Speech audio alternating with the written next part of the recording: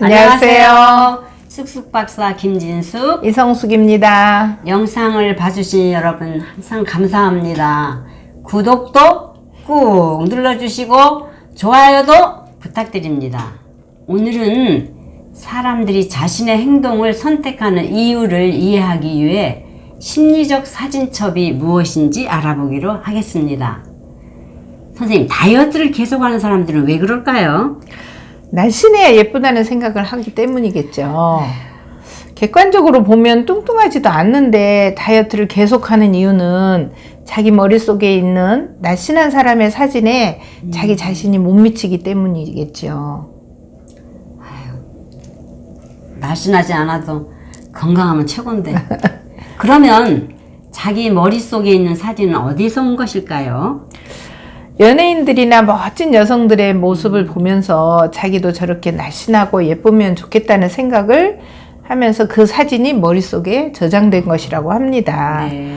그 사람은 그 사진을 바꾸지 않는 한 다이어트를 계속한다고 합니다. 날씬했는데도 불구하고 다이어트를 심하게 하는 사람이 다이어트를 멈추게 하려면 어떻게 해야 될까요? 좋은 방법이 하나 있는데, 만약에 남친 또는 여친이 난 마른 것보다 좀 통통한 것이 더 좋더라, 나는 지금 네 모습이 딱 좋아, 네. 라고 하면 그 사람은 다이어트를 멈출 수도 있지 않을까요? 네, 가장 효과적인 것일 수도 그렇죠. 있죠. 네. 자, 또 뭐 집집마다 이런 일은 한 번씩 겪었을 것 같은데 백화점이나 공공장소에서 떼쓰며 우는 아이는 왜 그럴까요? 그 아이는 이전에 무엇을 가지고 싶었을 때 울며 떼를 써서 원하는 것을 얻어낸 경험이 있기 때문이죠. 그때 자기가 원하는 것을 얻으려면 떼를 쓰면 된다는 것을 머릿속에 저장을 했겠지요. 즉, 이 아이의 심리적 사진첩에 원하는 것을 얻기 위해 떼를 쓰는 사진이 있는 것이죠. 네.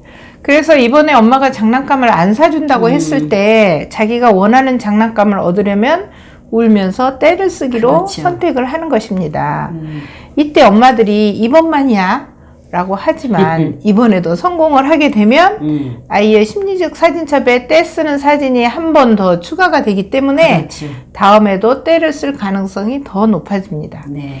엄마들이 이번만이야 라고 하는 것이 나쁜 이유가 여기에 있습니다. 네. 그러면 아이가 떼 쓰는 것을 멈추게 하려면 어떻게 해야 할까요? 아이가 떼를 써도 원하는 것을 얻을 수 없다는 것을 경험해야 되는 것입니다. 물론 이게 쉽지는 않죠. 그렇죠. 그러니 떼를 써도 안 되는 것은 안 된다고 해야 됩니다. 그러다 보면 백화점이 떠나갈 듯이 우는데 어떻게 해요? 어렵죠. 네. 그러나 어머님들, 아버님들 눈 딱 감고 무시해야 합니다. 그 대신 그 자리에서 혼내지 말고 엄마가 사람들 없는 조용한 곳으로 가세요. 그러면 아이도 울면서 따라갈 것입니다. 그때 아이에게 떼써도 안 된다고 단호하게 말하세요. 그러나 가장 중요한 거는 평소에 떼를 써도 안 된다는 것을 보여주어야 합니다. 네, 하루 이틀이 되는 일은 아니죠. 아니죠. 네. 그렇죠. 이제 심리적 사진첩이란 사람들이 자기가 원하는 것을 얻은 경험들, 즉 자기 욕구 충족에 도움이 되었던 경험들을 모아놓은 사진첩을 말합니다. 그래서 사람들은 어떤 상황에서 행동을 선택할 때 이 심리적 사진첩 안에 있는 사진들 중에서 현재 상황에 맞는 해결 방법을 선택해서 행동한다는 것입니다. 이때 잘못된 사진이 머릿속에 저장되어 있다면 네. 그 사람은 계속해서 잘못된 행동을 하게 되는 것입니다. 그렇죠. 그러니까 아이들도 잘못된 행동을 하는 이유가 거기에 있는 거죠. 네. 잘못된 사진을 바람직한 사진으로 바꾸어 주어야 그 사람의 행동이 좋게 바꾸어진다고 합니다. 그래서 아이들도 네. 그 사진을 바꿔줘야 됩니다. 그런데 이 심리적 사진첩 속의 사진을 어떻게 바꿀 수 있을 것인지가 문제죠. 어떻게 네. 해야 될까요? 네. 좋은 방법으로 욕구가 충족되는 경험을 하게 되면 머릿속의 사진이 바꿔집니다. 예를 들어 떼쓰는 버릇을 고치고 싶다면 평소에 아이들과의 대화를 통해서 아이의 생각도 들어보고 또 엄마 자신의 생각도 말해주면서 합의점을 찾거나 왜 안 되는지 그 이유를 이해시켜야 합니다. 그렇죠. 그러면 아이가 가지고 싶은 장난감이 있을 때 아이가 엄마를 말로 이해시키는지 혹은 떼쓰는 버릇을 포기하든지 하게 될 것입니다. 네, 그 경험 안에서 아이들이 방법을 찾기 때문이죠. 그렇죠. 또한 심리적 사진첩 속에는 자기의 욕구 충족에 도움이 되었던 사진도 있지만 내가 원하는 것들의 사진도 그렇죠. 있다고 합니다. 네. 이것을 선택 이론에서는 내가 원하는 세계 또는 내가 꿈꾸는 세계라고 합니다. 네. 그래서 이번에는 내가 원하는 세계에 대해서 이야기를 해보겠습니다. 사람들은 어떤 행동을 할 때 욕구 충족에 도움이 되었던 행동뿐만 아니라 내가 원하는 세계 안에 있는 사진을 충족하기 위해서 매 순간 자신의 행동을 선택한다는 것입니다. 선택한다는 말이 딱 마음에 들어오는 자기 것 머릿속에 있는 네, 사진 중에 선택한다는 네, 거죠. 그러므로 자신이 원하는 세계의 사진을 알아야 왜 그런 선택을 했는지 이해할 수 있게 된다는 것입니다. 네. 자, 이번에는 내가 원하는 세계 안에 어떤 사진들이 들어있는지 들여다보기 위해서 현실요법 워크숍을 참가한 엄마들이 말했던 자신들이 원하는 세계를 들여다보기로 합시다. 내가 원하는 세계 안에 나의 모습은 어떤 사진이 있을까요? 이걸 들으면서 여러분도 여러분이 원하는 세계에 어떤 사진이 있는지 생각해 보도록 하세요. 네, 참가자들이 말한 것들을 보겠습니다. 네. 전문적인 일을 가지고 성공하는 나. 네. 능력 있는 여자, 경제적으로 윤택한 생활을 하는 나. 네. 아기를 낳고도 다시 날씬하게 된 나. 외국어를 잘하고 여행을 자주 하는 나. 네, 내가 좋아하고 싶은 일만 하면서 사는 나. 모두가 바라는 거죠. 네. 조금 더 날씬하고 건강한 나. 시간 관리 잘하면서 자녀 양육과 일을 병행하는 워킹맘. 아이들에게 따뜻하고 이해심이 많은 나.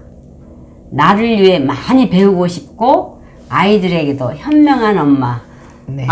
욕심도 과하시네요. 네, 모두 다 이룰 수 있으면 얼마나 좋겠어요. 네. 자, 이번에는 아내가 원하는 세계 안에 남편의 모습은 어떤 사진이 있었을까요? 자, 같이 한번 보도록 하죠. 네. 집에 일찍 들어와서 아이와 함께 놀아주고 공부도 봐주고 자상한 남편. 운동에서 뱃살을 쭉 네. 뺀 남편. 생활력 강하고 착한 남편. 네, 건강에도 신경 쓰고 돈도 많이 벌고 일에 성공한 남편. 와우. 네. 교육적인 주관이 서 있고 친정 식구들을 잘 챙겨주는 남편. 맛있는 저녁을 먹고 멋진 곳에서 차 한잔 함께 하는 남편. 재테크에 관심을 가지고 재산을 증식할 줄 아는 남편. 이런 남편 있으면 손들어 보세요. 있을까요? 네, 근데 엄마들이 이 모든 것을 다 가진 남편을 원할 것 같아요. 네네. 네. 부모가 원하는 세계 안에 아이의 모습은 어떤 사진이었을까요? 건강하고 씩씩하며 지혜로운 아이, 친구들과 잘 어울리고 친구들에게 인기가 많은 아이. 자기가 원하는 것을 상대방에게 또박 말할 줄 아는 아이. 친구에게 맞고도 울지 않고 대처할 줄 아는 아이. 책 많이 읽고 예의 바르며 언니랑 잘 지내는 아이. 똘똘하고 빠릿빠릿하며 재치 있고 유머가 있는 아이. 자신감이 있고 운동 잘하는 아이. 예쁘게 크는 딸. 정리 잘하는 딸. 이걸 읽으면서 네. 막 기분이 좋아져요. 네. 이런 아이가 소위 엄친아, 즉 엄마가 친구만 만나고 오면 자랑하는 엄마 친구 아이의 모습인 거죠. 그런데 이런 모습을 다 갖춘 아이가 세상에 있을까요? 네. 이번에는 현실 세계의 엄마들 자신의 모습을 네, 들여다보겠습니다. 꿈 깨고 현실로 돌아오겠습니다. 네. 네. 전업주부임에도 아줌마로 살기를 거부하는 나. 망가진 몸매를 가진 나. 뚱뚱하고 추리닝을 즐겨 입으며 아이들에게 소리를 지르는 나. 자녀 양육에 지쳐서 항상 피곤한 나. 과거가 떠오르네요. 네. 나의 취미나 자기 개발에 힘쓰지 않고 아이 생활에만 신경을 쓰는 나. 항상 바쁘고 정신없고 모든 것을 경쟁적으로 바라보는 나. 직장도 그만두었는데 아이도 제대로 못 키우며 영어 실력을 점점 잃어가고 있는 나. 워크홀릭인 나. 이 중에 몇 개나 엄마들의 모습인가요? 또 전부 다인가요? 네. 자, 이번에는 현실 세계의 남편의 모습을 들여다보겠습니다. 평일엔 얼굴 보기 힘들고 주말엔 기분이 좋아야 아이들과 놀아주고 신경질을 잘 내는 남편. 주말에 리모컨 끼고 소파에 하루 종일 누워만 있는 남편. 여러 엄마들이 위로가 될 것 같아요. 우리 집만 그런 게 아니고. 네. 돈은 잘 벌지만 나와 아이들에게는 시간을 못 내는 남편. 휴가도 없이 일만 하는 남편. 노력과 시간도 투자하지 않으면서 자신은 사랑받고 대접받기를 원하는 남편. 술과 담배를 영 못 끊는 남편. 여러분 집에도 이런 남편 있나요? 네, 이 참가자들이 이런 사례들을 얘기를 했습니다. 네네. 자, 이번에는 현실 세계의 아이의 모습을 들여다보겠습니다. 텔레비전만 보고 동생을 몰래 때리는 아이. 네. 원하는 것을 말할 때 항상 울면서 말하고 친구한테 맞고 우는 아이. 남자아이인데도 예민하고 섬세하며 사소한 일에도 쉽게 감정이 상하는 아이. 자신감이 부족한 아이. 반항하는 아이. 책을 읽지 않는 아이. 공부하라고 하면 졸린다는 아이.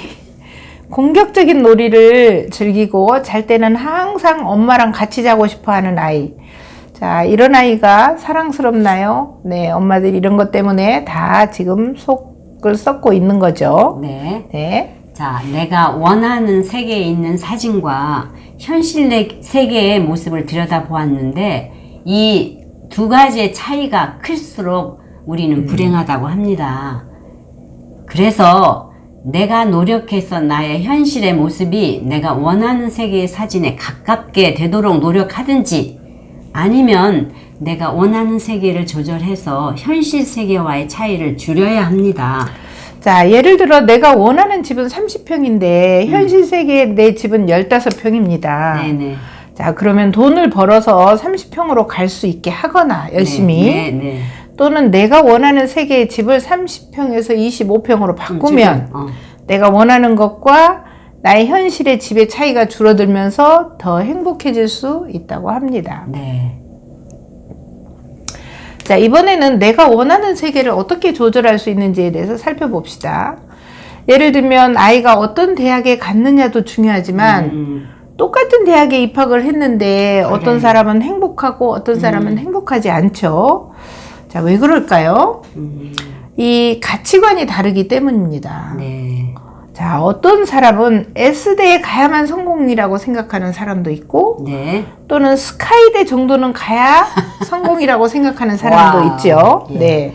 또 어떤 사람은 서울에 있는 대학 정도는 가야 된다고 생각하는 사람이 있고요.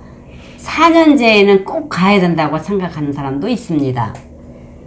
또 어떤 사람은 뭘 대학만 가도 된다고 생각하는 사람이 있고 대학은 안 가도 된다고 생각하는 사람처럼 사람들의 가치관은 이와 같이 서로 다릅니다. 네. 위에서 말한 것처럼 같은 대학에 입학한 학생들도 어떤 부모는 너무 행복하고 어떤 부모는 불행합니다. 이거는 그들의 가치관이 다르기 때문이죠. 그렇죠. 아이가 이미 대학에 갔는데 계속 불행하게 살 것인지 자신의 가치관을 바꾸어서 행복하게 살 것인지는 본인의 선택의 문제입니다. 네. 인생의 선택에 절대적인 기준이 있는 것이 아니라 각자가 처한 현실에서 어떤 선택이 가장 현명한 것인지를 따져보면서 살아야 한다는 것입니다. 예를 들어서 한 달 수입이 500만 원인 사람과 200만 원인 사람은 각자가 선택할 수 있는 선택지가 다를 수가 있다고 보는 것입니다. 네. 이상과 현실 차이가 너무 크면 불행의 크기도 크니까 목표를 낮추고 마음을 비우는 것도 문제 해결에 좋은 그렇지. 방법이라는 것이죠. 네. 예를 들면 어떤 특정 대학만 고집하는데 다른 대학도 모두 훌륭하다 생각하면 행복해질 수 있고 또 대학의 이름보다는 아이의 적성에 맞는 학과를 선택하는 것이 더 좋은 일이라고 생각하면 아이와 부모 모두가 행복해질 수 있는 것이죠. 여러분을 우울하게 하는 사진은 무엇인가요? 우울할 만한 일인가요? 아니면 사진첩의 사진을 바꾸어야 할까요? 자, 오늘의 핵심 포인트는 첫째, 내가 원하는 세계가 노력해서 되는 일이라면 더 노력을 해서 원하는 세계, 즉 꿈꾸는 세계를 이룩하세요. 둘째, 원하는 세계의 사진이 터무니없는 것이라면 사진을 바꾸어야 하겠지요. 오늘은 나의 심리적 사진첩 속에 바꾸어야 할 사진이 있는지 찾아보시면 어떨까요? 지금까지 들어주셔서 감사합니다. 우리의 구호로 마무리하겠습니다. 재미있어? 공감했어. 또 보고 싶소. 감사합니다.